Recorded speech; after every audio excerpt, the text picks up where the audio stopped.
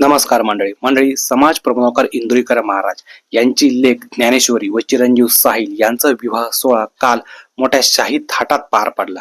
म्हणजे जवळजवळ 50 ते 100 एकर मध्ये या सोहळ्याचं नियोजन केलं होतं. गेली अनेक दिवसांपासून या लग्न समारंभाची जय्यत तयारी सुरू होती. या लग्न समारंभाला जवळजवळ हजारोंच्या संख्येने लोक उपस्थित होते. तसेच बडे बडे राजकीय नेते मंत्री महोदय देखील उपस्थित होते.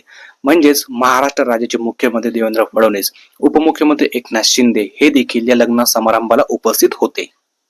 गेल्या काही महिन्यांपूर्वीच इंदुरीकर महाराज यांच्या लेकीचा साखरपुडा देखील अशाच शाही पद्धतीने पार पडला. मात्र हा साखरपुडा झाल्यानंतर इंदुरीकर महाराजांवरती टीकेची झोड उठवण्यात आली.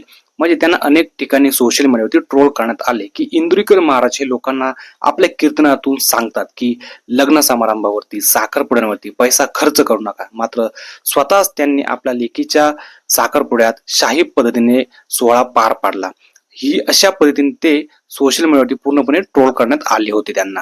त्यानंतर इंदुरीकर महाराजांनी आपल्या कीर्तनातून जे ट्रोल ज्यांनी केलं त्यांना प्रत्युत्तर दिलं. त्यांनी असं सांगितलं की मी ज्या पद्धतीने माझ्या लेकीचा साखरपुडा केला त्यापेक्षा 100 पटीने लग्न जोरात करेन असं त्यांनी बोलून दाखवलं. त्यामुळे इंदुरीकर महाराज यांनी जे बोलून दाखवलं तेच करून दाखवलं असं म्हणावं लागेल.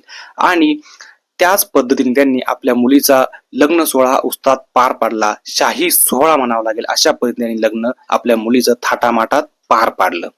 तर या सर्व गोष्टींबद्दल आपलं मत देखील नक्की व्यक्त करा. व्हिडिओ आवडल्यास लाईक करा, शेअर करा आणि चॅनलला सबस्क्राईब करायला अजिबात विसरू नका.